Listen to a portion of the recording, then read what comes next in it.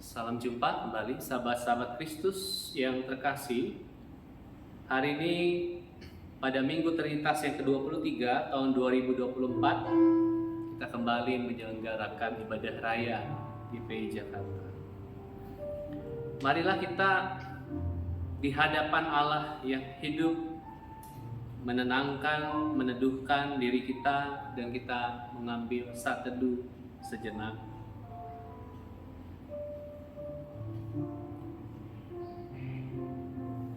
Mazmur 126, nyanyian ziarah.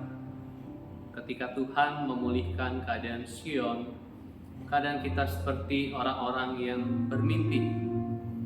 Pada waktu itu mulut kita penuh dengan tertawa dan lidah kita dengan sorak-sorai. Pada waktu itu berkatalah orang di antara bangsa-bangsa, Tuhan telah melakukan perkara besar kepada orang-orang ini. Tuhan telah melakukan perkara besar kepada kita, maka kita bersukacita. Pulihkanlah keadaan kami ya Tuhan, seperti memulihkan batang air kering di tanah Negeb. Orang-orang yang menabur dengan mencucurkan air mata akan menuai dengan bersorak-sorai. Orang yang berjalan maju dengan menangis sambil menabur benih pasti pulang dengan sorak-sorai sambil membawa berkas-berkasnya.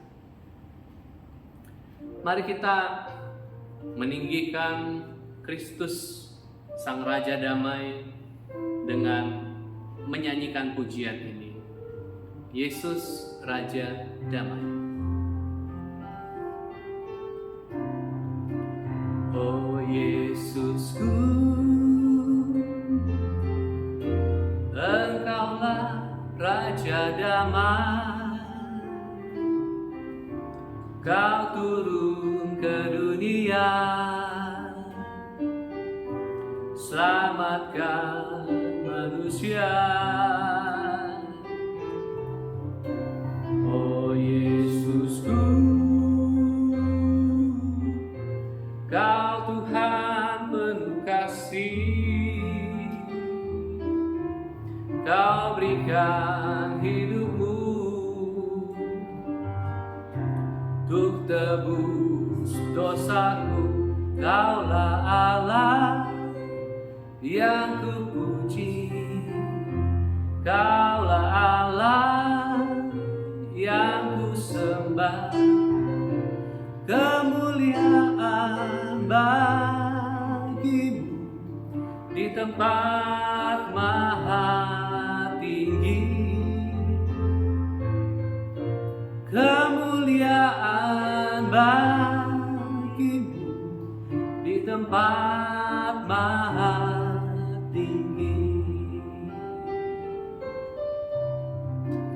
Oh Yesusku,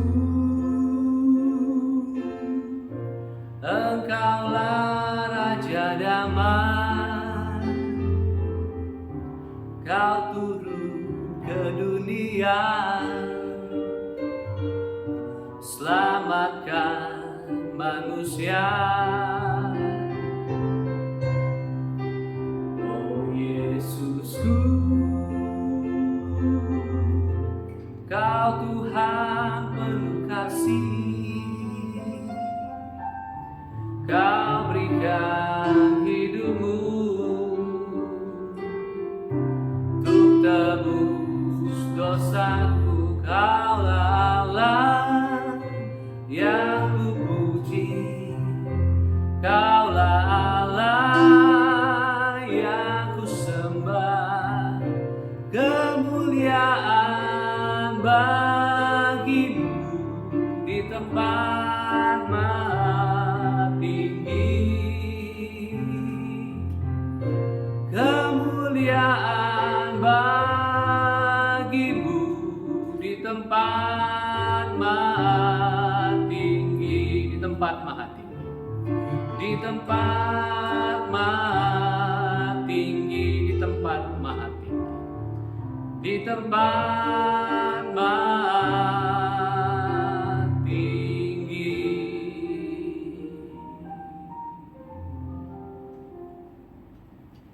Ibadah kita pada Minggu Trinitas yang ke-23 ini terselenggara hanya oleh rahmat dan anugerah Allah, dan dengan pernyataan bahwa pertolongan kita adalah datangnya dari Tuhan yang menjadikan langit dan bumi. Mari kita berdoa. Ya Allah, kami datang kepadamu kembali beribadah.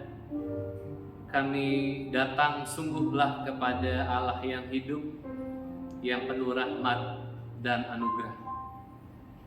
Terima kasih sepanjang minggu ini Engkau sudah menuntun kami, sehingga hari ini kami dapat kembali beribadah kepadamu.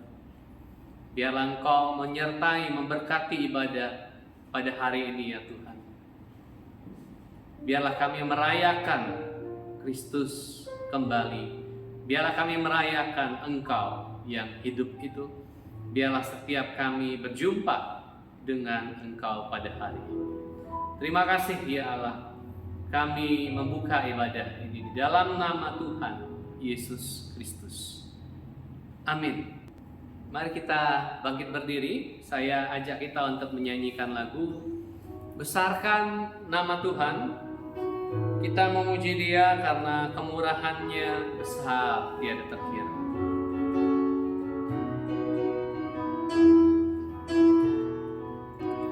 Besarkan nama Tuhan, pujilah Dia. Kemurahannya besar tiada terkira. Aku tak dapat balas betapa besar kasih-Nya. Oh, besarkanlah namanya, Tuhan yang ajaib, Tuhan yang ajaib, Tuhan yang kuasa, Tuhan yang menolong hidupku, Tuhan yang ajaib, Tuhan yang kuasa. Jiwaku ditebus oleh-Nya. Besarkan nama Tuhan, besarkan nama Tuhan, pujilah Dia. Kemurahannya besar tiada terkira. Aku tak dapat balas betapa besar kasih-Nya. Oh, besarkanlah namanya, Tuhan yang ajaib, Tuhan yang ajaib, Tuhan yang kuasa, Tuhan yang menolong hidupku, Tuhan yang ajaib, Tuhan yang kuasa. Jiwaku ditebus oleh-Nya, jiwaku ditebus, jiwaku ditebus oleh-Nya, jiwaku ditebus oleh-Nya, jiwaku ditebus oleh-Nya. Silakan duduk. Marilah kita mengaku di hadapan Tuhan yang pengasih dan penyayang. Setiap pelanggaran kita, dosa-dosa kita di hadapan-Nya.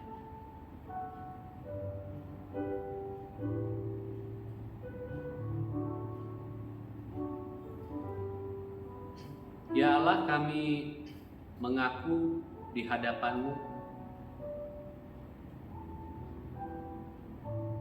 setiap pelanggaran dan kesalahan kami.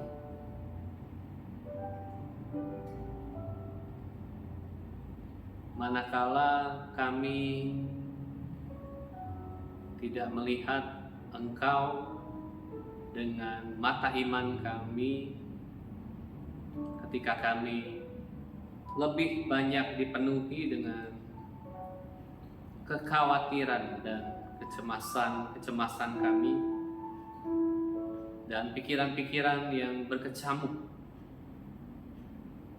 ketika kami meragukan Engkau. Ketika kami tidak berdiri di atas dasar iman, ketika kami betul-betul mengandalkan diri kami sendiri dan tidak menganggap Engkau adalah dasar segala sesuatu, ketika kami menggunakan perspektif kami sendiri, tetapi kami menolak untuk melihat dengan cara pandang yang baru, cara pandang iman, dan kami kerap gagal.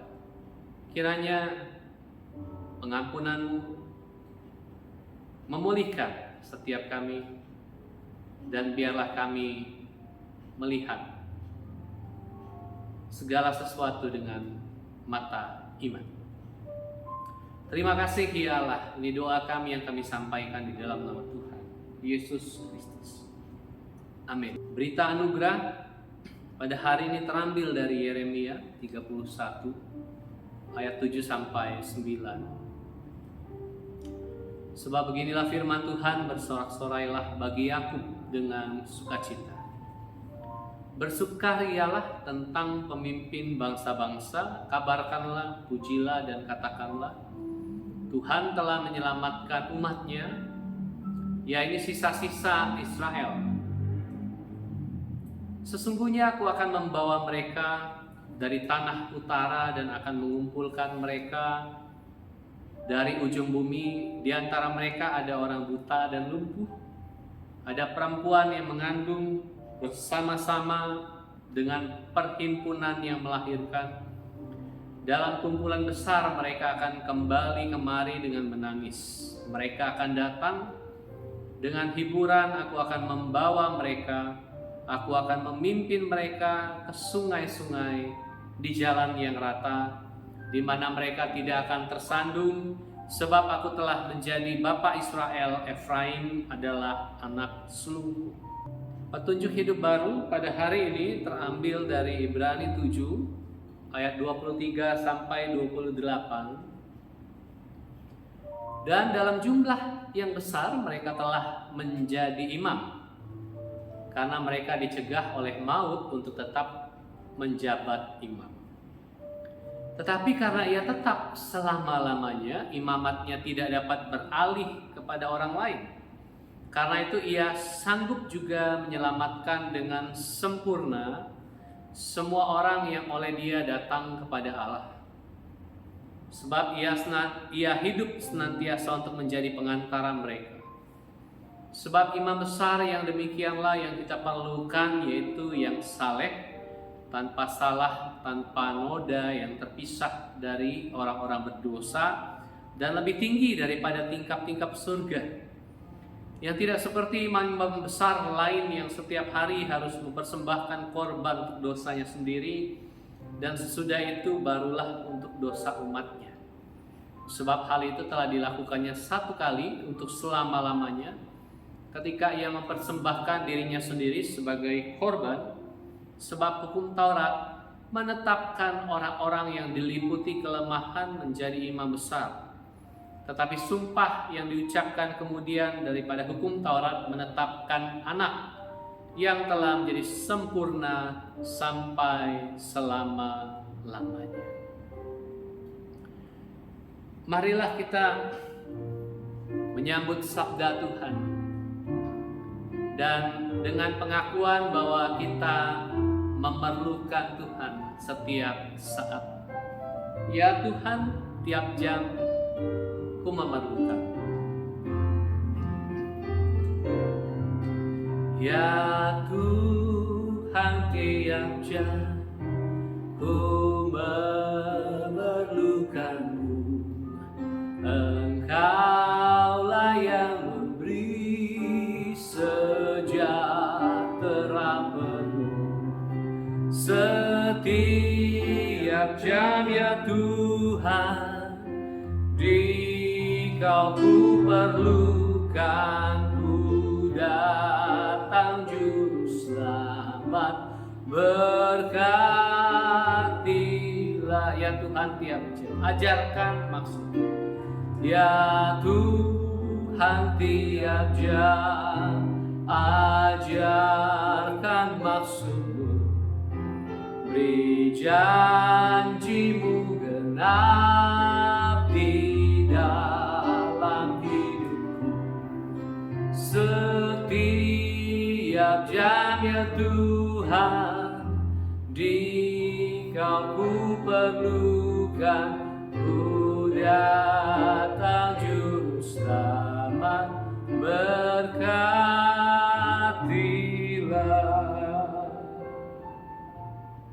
Mari kita berdoa. Ya Allah, kami benarlah memang memerlukan-Mu, dan keperluan mendasar kami adalah Engkau. Betapa Engkau Allah yang menyelamatkan kami, yang memerlukan keselamatan.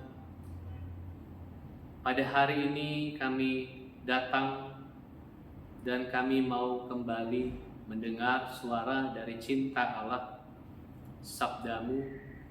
Kiranya Engkau berbicara kepada setiap kami.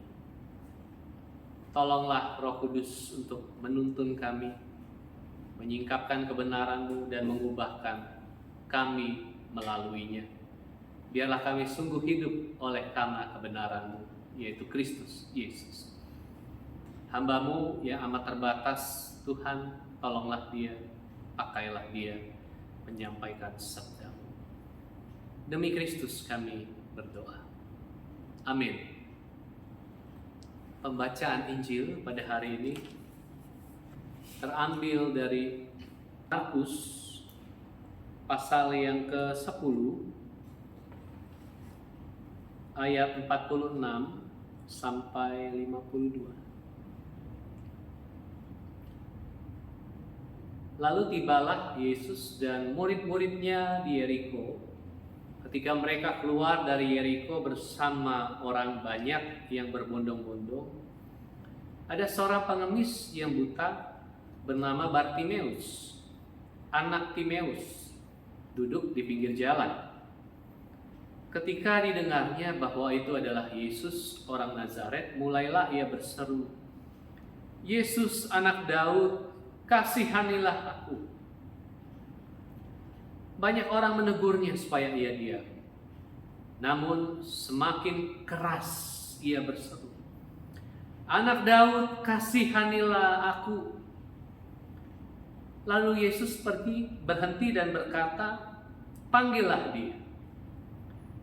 Mereka memanggil orang buta itu dan berkata kepadanya, "Teguhkan hatimu, berdirilah, ia memanggil engkau." Orang buta itu menanggalkan jubahnya, lalu segera berdiri dan pergi kepada Yesus. Tanya Yesus kepadanya, "Apa yang kau kehendaki kuperbuat bagimu?" Jawab orang buta itu, "Rabuni, aku ingin dapat melihat." Lalu kata Yesus kepadanya, "Pergilah, imanmu telah menyelamatkan engkau." Seketika itu juga ia dapat melihat lagi, lalu ia mengikuti Yesus dalam perjalanannya. Demikian pembacaan sabda Tuhan. Berbahagialah kita yang merenungkannya dalam kehidupan kita sehari-hari. Hari ini, minggu ini adalah Minggu Trinitas yang ke-23, sekaligus bagi gereja Protestan ini adalah Minggu Reformasi. Peristiwa di dalam gereja Katolik, manakala Martin Luther menyatakan seruan dengan 95 dalil yang kemudian mencetuskan reformasi gereja, dan lahirlah secara tidak disengaja gereja Protestan. Maka baiklah kita merenungkan pada Minggu Reformasi ini dari teladan iman seorang pengemis buta bernama Bartimeus. Hari-hari ini media sosial kita dipenuhi dengan seorang bernama Agus Salim, Muhammad Agus Salim. Kalau Anda sempat menyimak di YouTube atau di berita, news, media sosial dan sebagainya, Agus Salim ini adalah seorang kepala waitress di satu restoran Chinese food tampaknya, yang pada awal September lalu disiram mukanya dengan air keras oleh salah satu waitressnya, bawahan dia, karena kata-katanya yang sangat kasar menegur bawahannya. Maka ketika suatu malam Agus bersama istrinya boncengan naik motor, maka dia dipepet oleh bawahannya ini. Mereka berdua yang di belakang tidak dikenal, tapi kenal dengan bawahannya Agus. Lalu setelah mendekat disiramkan air keras itu, maka mukanya cukup rusak dan matanya dua-duanya buta, dan mengenai juga bagian tubuhnya dan lengannya. Jadi kisah ini mengingatkan saya dengan Agus dan Bartimeus, orang yang sama-sama dikisahkan adalah buta. Dan Agus ini kemudian dibantu oleh seorang ketua yayasan bernama Novi. Novi adalah orang yang sudah membantu banyak sekali orang. Lalu Novilah yang membuat Agus ini bisa muncul di podcastnya Denny Sumargo, yang followersnya banyak sekali, sehingga melalui kebaikan Novi ini Agus bisa mendapatkan donasi hampir 2 miliar, 1,7 miliar.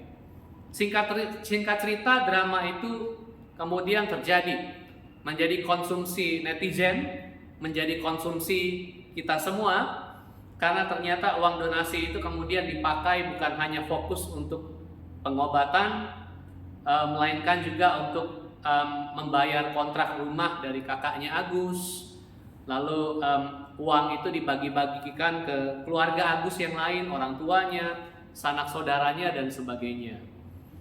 Alasannya bahwa rekeningnya rusak atau apa, terbatas sehingga perlu dibagi-bagi.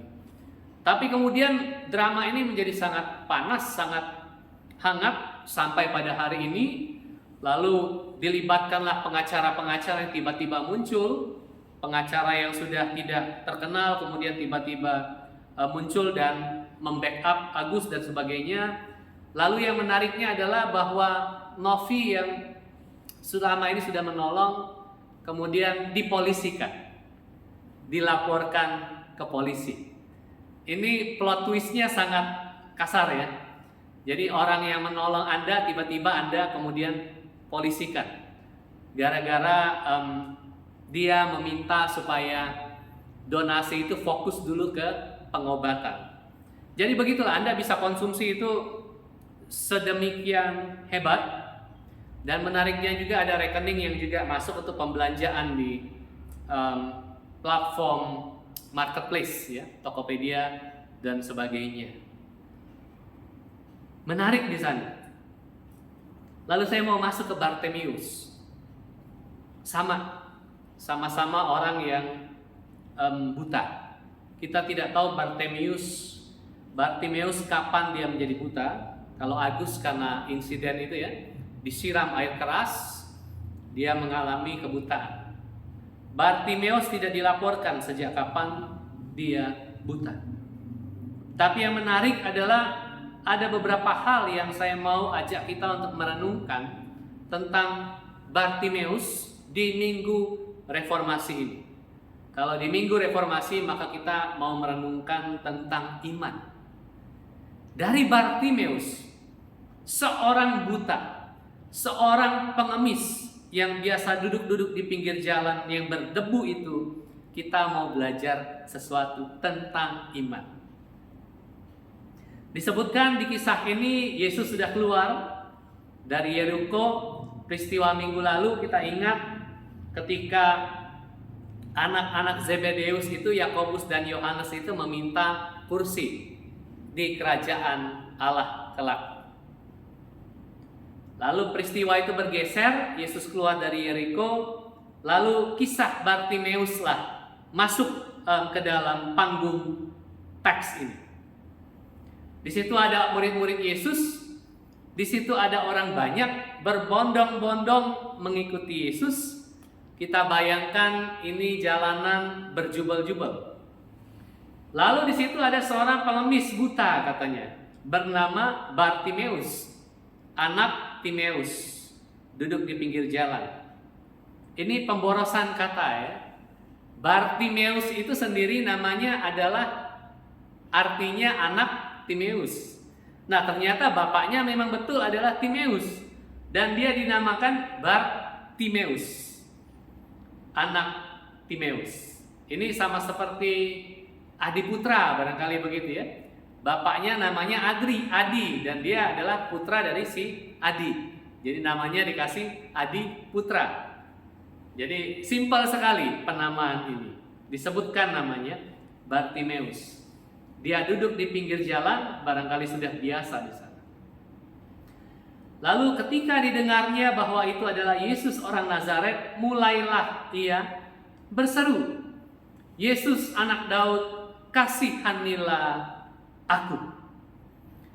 Banyak orang menegur supaya ia diam, namun semakin keras ia berseru, "Anak Daud, kasihanilah aku." Ini adalah sebentuk iman yang berseru, suatu ungkapan iman yang menyerukan, iman yang lahir setelah dia mendengar bahwa Yesus ada dan Yesus datang ke sana dan hendak melewati dia. Dalam kebutaannya dia menggunakan telinganya mendengar bahwa Yesus ada di sana. Dan di dalam samar-samar, dalam meraba dengan feelingnya barangkali, dengan telinganya, dia berseru, "Yesus anak Daud, kasihanilah aku. Kasihanilah aku." Bartimeus paham persis dari apa yang dia dengar, bahwa sosok yang lewat itu adalah sosok yang akan memberikan jawaban atas seruan dia, meminta kasihanilah aku. Bartimeus sadar betul kebutuhan terdasar dia untuk dikasihani, untuk menerima belas kasihan. Suatu belas kasihan yang kemudian menyembuhkan dia. Bartimeus sadar sesadar-sadarnya kebutuhan terdasarnya. Dan dari kesadaran yang muncul oleh anugerah itu, bahwa dia butuh untuk dibelas kasihani dan dia butuh untuk disembuhkan, imannya menyerukan, "Kasihanilah." Ini adalah iman yang berseru yang pertama. Iman yang menyerukan, yang lahir dari kebutuhan paling mendalam manusia untuk dikasihani oleh Allah. Dari kisah Agus Salim, saya belajar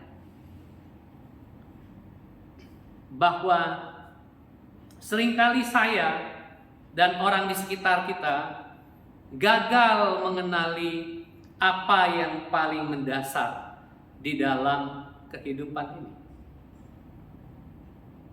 Bagi Agus seharusnya, dan bagi para donaturnya yang mendonasikan uang sampai terkumpul sekian banyak, kebutuhan yang mendasar itu adalah pengobatan matanya, supaya dia bisa celik kembali, walaupun tidak mungkin 100%.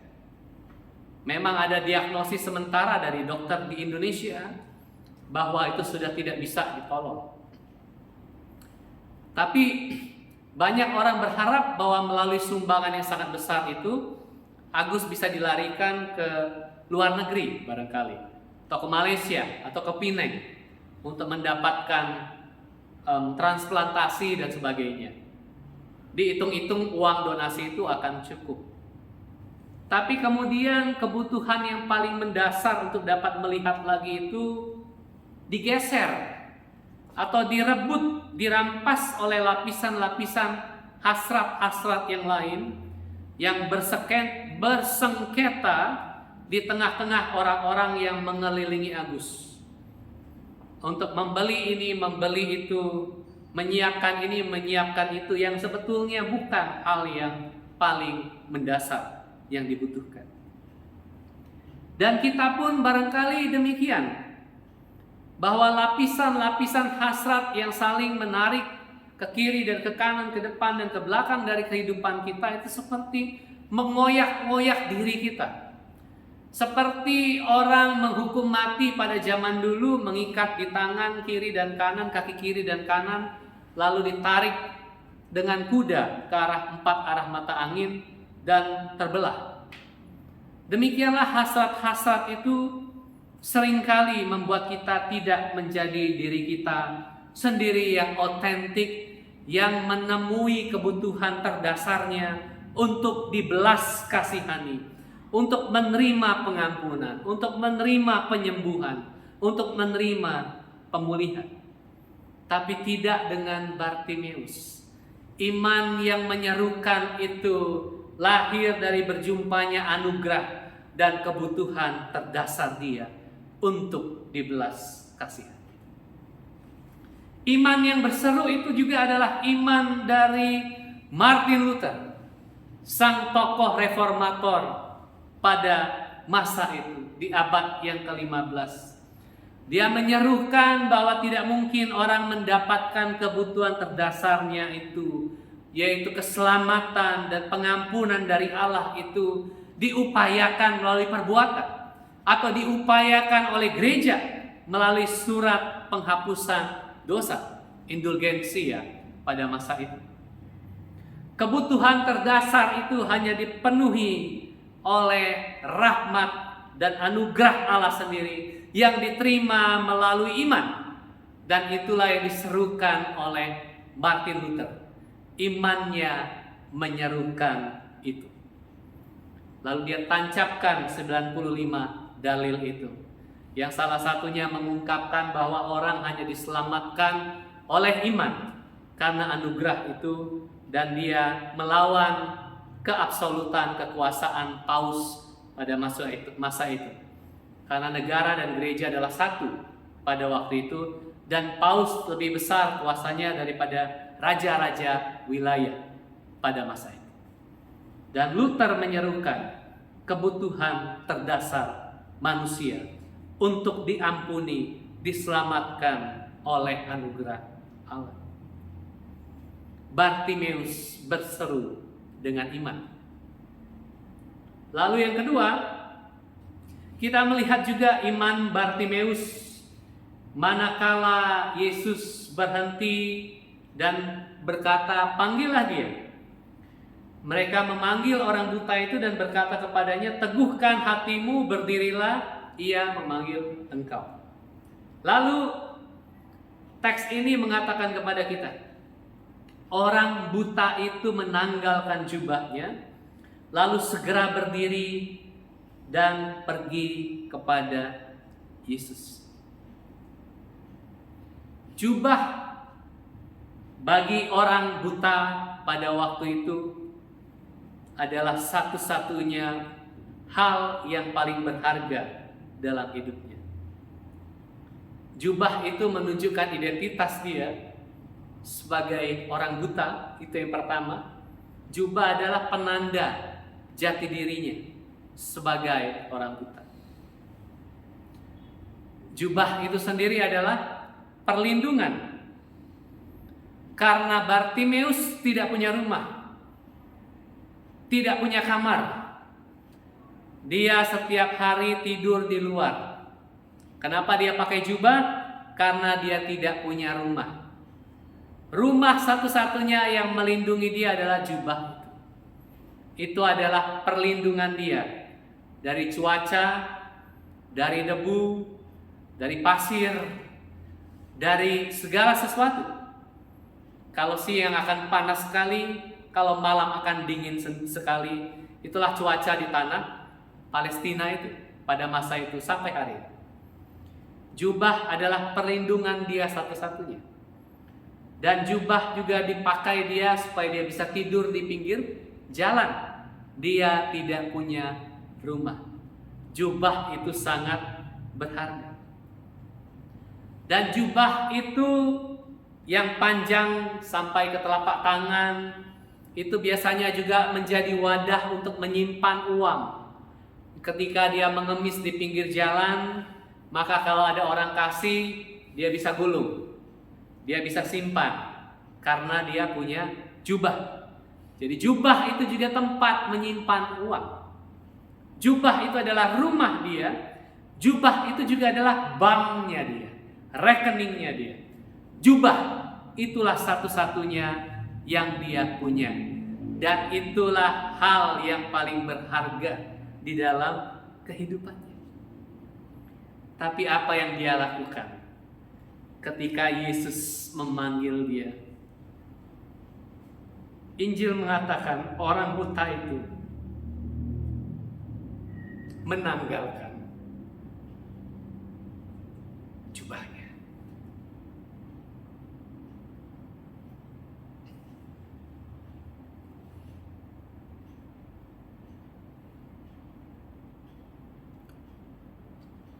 Bartimeus menanggalkan jubahnya. Kita belajar dari iman yang sangat reformasional dari Bartimeus. Yang pertama, iman yang menyerukan, bukan iman yang memaksakan. Dan yang kedua, iman yang menanggalkan, bukan iman yang menaklukkan. Banyak orang berharap punya iman besar supaya dia bisa menaklukkan banyak hal di dalam kehidupan ini, mencapai banyak hal. Tapi Bartimeus belajar dari Bartimeus, iman itu tidak selalu adalah iman yang menaklukkan atau menang dalam segala hal, atau menjadi kepala dan bukan ekor. Bukan di sana. Iman itu sejatinya adalah menanggalkan. Yang Anda dan saya anggap paling berharga, untuk melihat bahwa ada yang lebih berharga dari semua yang kita anggap paling berharga.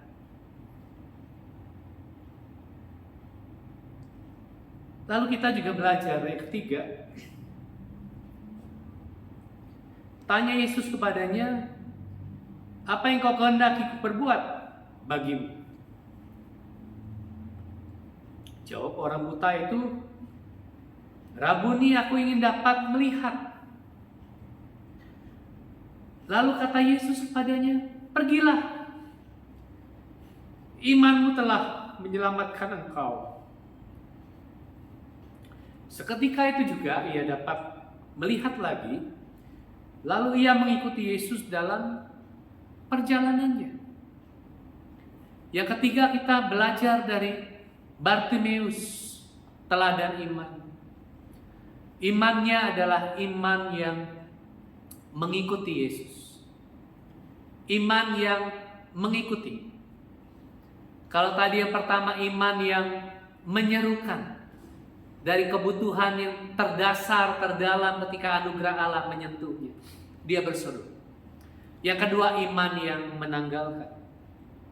Yang kita anggap paling berharga, bisa saja di hadapan Allah kita dipanggil menanggalkan. Itulah iman. Dan yang ketiga, itu adalah iman yang mengikut. Bukan sekadar iman yang mengklaim di sini sana. Kadang-kadang orang tidak membedakan antara beriman dan positive thinking. Kita tahu gerakan positive thinking sangat populer di era tahun 80-an. sampai 90-an di Amerika dan sekitarnya, bahwa kita bisa meraih apapun dengan mengatur kekuatan berpikir positif. Dan gereja keserimpet pada waktu itu tidak lagi dapat membedakan mana iman dan mana positive thinking. Iman bukan soal positive thinking. Iman bukan soal kekuatan pikiran, tidak. Iman tidak mengklaim di sini dan sana lalu mendapatkan semuanya, tidak. Iman berarti mengikuti Yesus. Bartimeus sudah menanggalkan satu-satunya yang berharga dan dia pergi mengikuti Yesus. Bayangkan, dia belum dapat melihat, tapi dia berdiri. Dia tidak tahu posisi persis Yesus di mana, tapi dia berdiri. Dia pergi ke arah Yesus yang dia sendiri meraba-raba. Tapi setelah dia dengar suara itu, dia mengikut Yesus. Iman yang mengikut Yesus adalah iman reformasi. Iman Bartimeus. Iman yang berdiri dan tidak duduk mengemis lagi. Hebat. Bartimeus yang bertahun-tahun profesinya adalah pengemis. Anda bayangkan betapa sedikitnya profesi pada waktu itu. Dan menjadi orang buta adalah hal yang paling sulit di dalam hidup di abad ke-1. Satu-satunya yang dia bisa lakukan adalah mengemis. Tapi ketika dia dipanggil Yesus dan Yesus mencelikkan dia mengikut Yesus. Artinya dia berpindah posisi. Dia berubah, bukan lagi menjadi pengemis di pinggir jalan yang berjubah itu. Tapi kini dia menjadi murid Yesus. Penanda identitasnya bukan lagi jubah itu. Bukan lagi hal yang dianggapnya paling berharga itu yang melindungi dia. Tidak. Dia tanggalkan itu. Dia berubah. Dia berdiri, dia dicelikan, dia diselamatkan. Dan penanda identitasnya yang baru adalah dia menjadi murid Yesus. Pada hari ini, hidup kita di kota seperti Jakarta itu bukanlah hidup yang mudah. Makanya kalau kita menyaksikan di berita, banyak sekali orang yang mengemis kemudian nyaman menjadi pengemis. Walaupun barangkali ada lowongan pekerjaan yang lebih memberikan kesempatan untuk dia mengaktualisasikan skill dan kemampuan dirinya. Sebagian orang yang diwawancara sebagai pengemis tetap memilih menjadi pengemis karena keuntungannya jauh lebih besar daripada ketimbang dia bekerja secara formal. Itu kenyataan pada hari ini. Tapi Bartimeus tidak melihat profesi mengemisnya itu menjadi kesempatan lagi. Ketika ceruk kerja sangat kecil di abad ke-1, dia tinggalkan itu. Dia tidak pedulikan itu lagi. Dan dia mengikut Yesus. Dengan risiko apa? Kehilangan keuntungan-keuntungan menjadi seorang pengemis di abad ke-1. Dengan risiko apa? Kehilangan barangkali perlindungan yang sudah menyamankan dia dari jubah seorang pengemis itu. Ada risiko yang dihadapi oleh Bartimeus, tapi dia sudah berubah. Tapi dia sudah berpindah. Dia tidak lagi duduk di pinggir jalan. Dia berjalan mengikut Yesus. Dia yang buta kini dicelikan. Bukan sekadar kita bicara soal buta jasmani. Karena ada banyak orang bisa melihat secara jasmani. Tapi sesungguhnya dia buta secara batinnya. Tapi Bartimeus dicelikan untuk melihat dengan cara pandang yang baru. Bukan lagi cara pandang orang di balik jubah itu. tapi cara pandang sebagai pengikut Kristus. Bukankah kita pun demikian? Dengan iman yang mengikut Yesus itu, kita menerima cara pandang yang baru. Dari kegelapan batin kita melihat segala sesuatunya kini baru. Di tengah terang Kristus sang terang hidup itu, memandang dengan cara pandang yang baru. Apa yang perlu Anda dan saya teladani hari ini dari Bartimeus, sang teladan iman di Minggu Reformasi? Iman yang menyerukan. Apakah kita sudah terlalu lama terkungkung oleh hasrat-hasrat kita sehingga kita gagal melihat kebutuhan terdasar itu dan menyerukannya kepada orang-orang di sekitar kita? Apakah kita sudah terlalu nyaman dengan jubah kita, apapun jubah itu, sehingga kita tidak rela menanggalkannya? Tapi iman itu adalah iman yang menanggalkan, bukan iman yang menaklukkan. Bukan. Apa yang kita ikuti selama ini? Kita perlu kembali mengikut Yesus, sang terang hidup itu, dengan melihat segala sesuatu dengan cara pandang yang baru. Tidak duduk lagi di pinggir jalan itu yang berdebu itu dan menerima keuntungan dari debu-debu itu. Tidak lagi di sana, tapi mengikut Yesus dengan segala risikonya. Tapi Bartimeus sudah dicelikan matanya, batinnya, melihat kenyataan hidup, melihat segala sesuatu dengan cara pandang anugerah Allah. Bagaimana dengan Anda dan saya pada hari ini? Mari kita meneladani iman dari Bartimeus. Salam reformasi. Amin. Mari kita berdoa. Terima kasih buat hari ini. Betapa kami disapa oleh sosok Bartimeus yang masuk ke dalam narasi Injil. Biarlah kami belajar dari iman itu, dari iman yang sederhana itu, yang menyerukan, yang menanggalkan, dan yang mengikuti Yesus. Biarlah kami belajar darinya.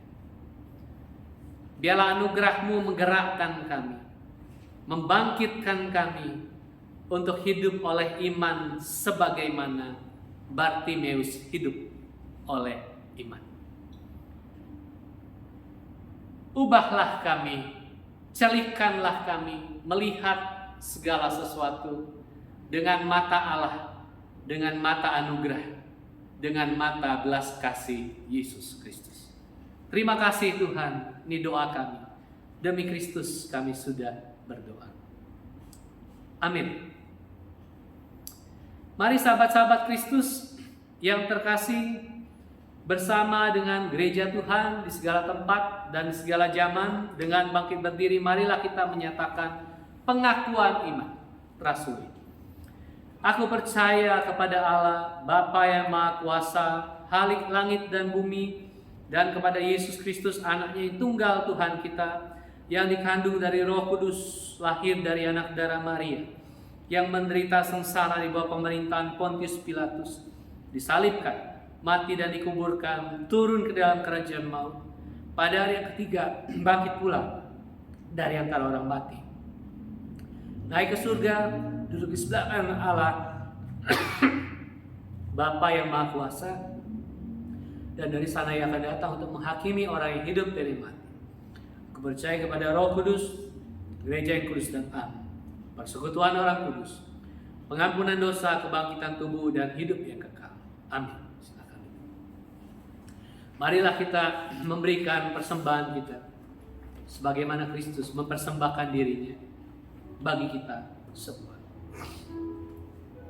Ku persembahkan hidupku kepadamu Tuhan.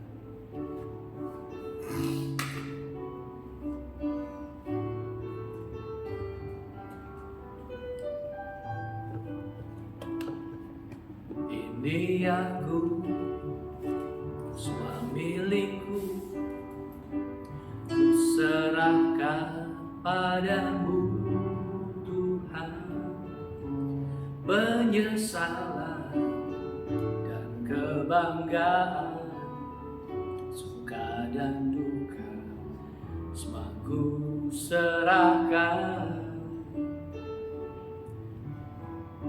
Tak lalu yang akan datang, hasrat dan harapan yang terbayar, masa depan dan rencanaku, semua ku serahkan dalam tanganmu. Ku persembahkan hidupku kepadamu Tuhan, untuk kemuliaan-Mu ku berikan hidup ini sebagai persembahan yang berkenan padamu. Ku persembahkan hidupku kepadamu. Ku persembahkan hidupku kepadamu Tuhan, untuk kemuliaan-Mu ku berikan hidup ini sebagai persembahan yang berkenan padamu. Berikan hidupku kepadamu Tuhanku.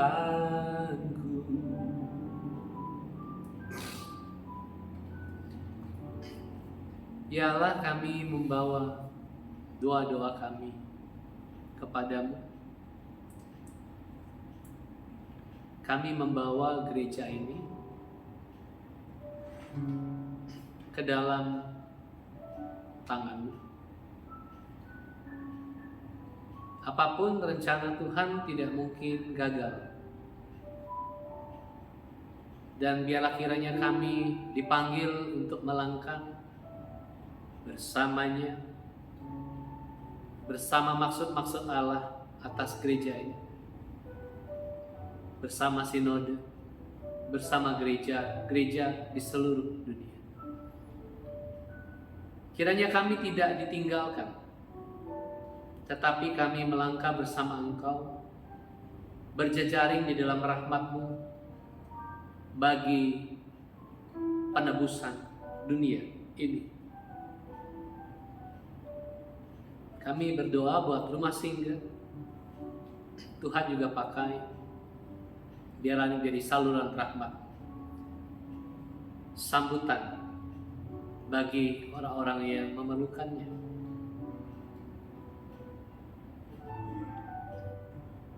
Kami juga mendoakan negeri kami pasca pelantikan dari pemimpin-pemimpin negeri ini. Apapun yang terjadi pada negeri kami,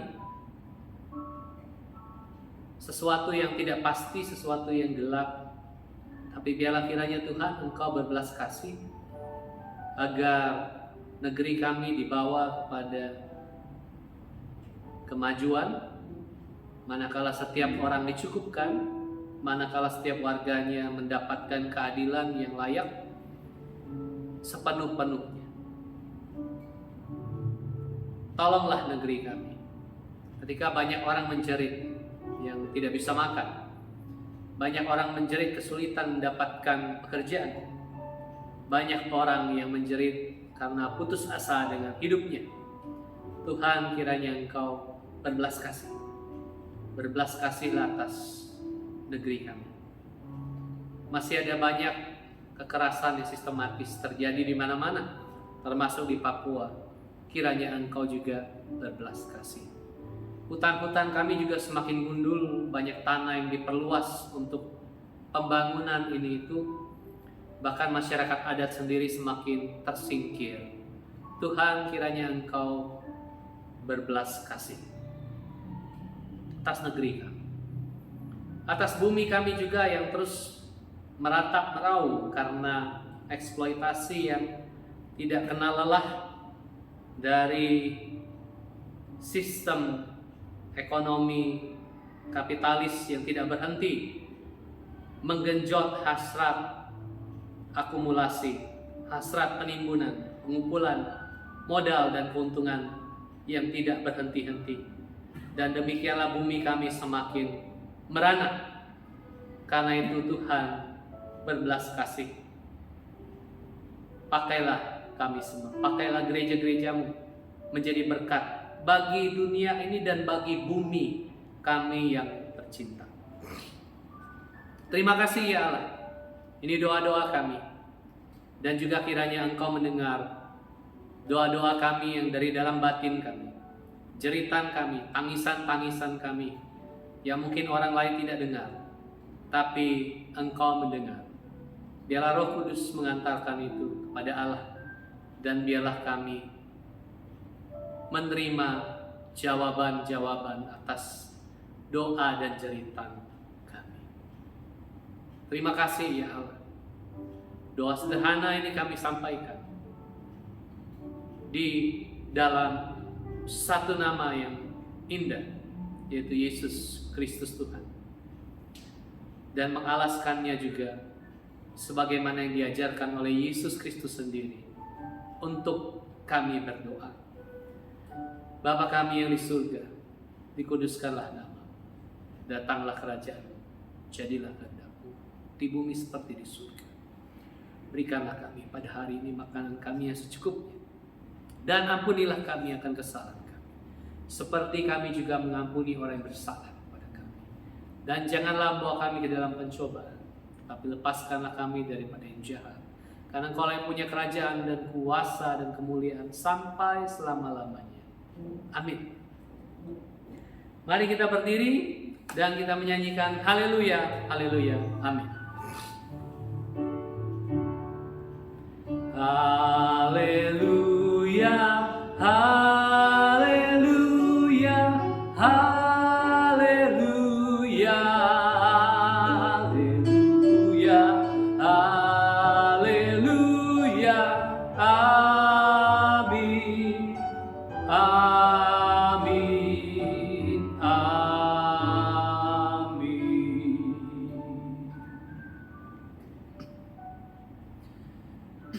Mari murid-murid Kristus, ikutilah Dia. Ikutilah Dia saja dalam hidup.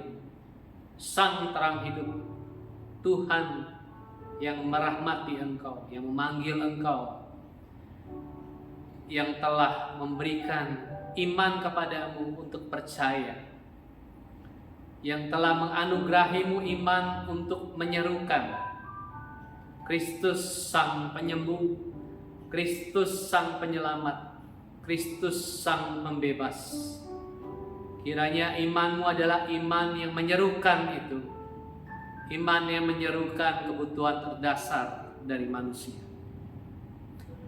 Kiranya sebagai murid-murid Kristus engkau kembali, dan oleh imanmu engkau berani menanggalkan apapun yang engkau anggap berharga, karena engkau mengikut Yesus. Kiranya imanmu adalah iman yang mengikut Dia, tertuju kepada Dia, memandang kepada Dia saja, dan dengan memandang kepada Dia, engkau sudah memandang kepada dunia dengan mata Kristus, dengan mata Allah, dengan mata rahmat-Nya yang berbelas kasih.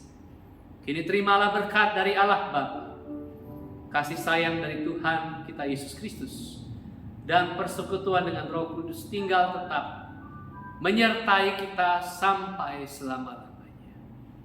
Amin.